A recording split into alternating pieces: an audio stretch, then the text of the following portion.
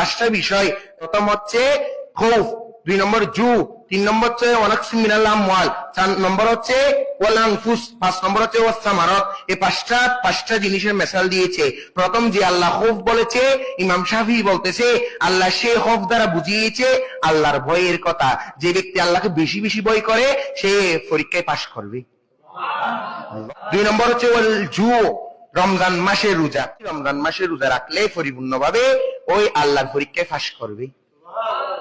3 নম্বর হচ্ছে ওয়ানাকসিম মিনাল আমওয়াল, মানে আল্লাহ যে সম্পদ কেড়ে নিবে বলছে, সম্পদ আল্লাহ কেড়ে নিতে হবে না। আগে থেকে যদি যাকাত সদকা দিয়ে দেন, সুবহানাল্লাহ বলেন না, যাকাত সদকা যদি আগে থেকে দিয়ে দেন, ওয়ানাকসিম মিনাল আমওয়াল, সম্পদ কেড়ে নিবে না।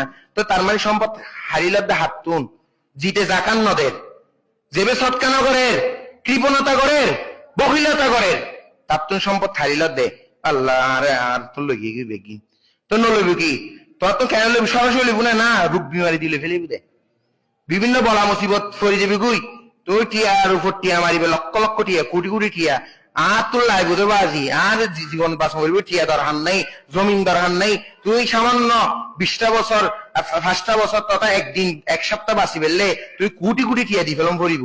তার মানে কিলি নম্বর দে, তুই আগত আল্লাহর কাছে পরীক্ষা নেওয়া দে, নিজে বাজাই রে, এতেলে তোমার তো আল্লাহ পরীক্ষা লইব দে।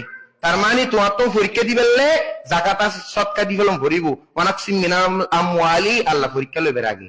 সুবহানাল্লাহ না, কি সুন্দর হতা ইমাম শাফিঈ হদ দে। ওয়াল আনফুস, ওয়াল আনফুসের মধ্যে ইমাম শাফিঈ বলতে নফসে নফসা, মানে নফসে মানে কাটা হবে, নফসা মানে রোগের মধ্যে পড়বে, নিজে নিজে রোগা হয়ে যাবে। মানে আমল করতে করতে হঠাৎ নামাজ পড়তে পড়তে এক ব্যক্তি রোগ হয়ে গেল, ওয়াল আনফুসি দ্বারা ইমাম শাফিঈ বলতেছে রোগ হবে।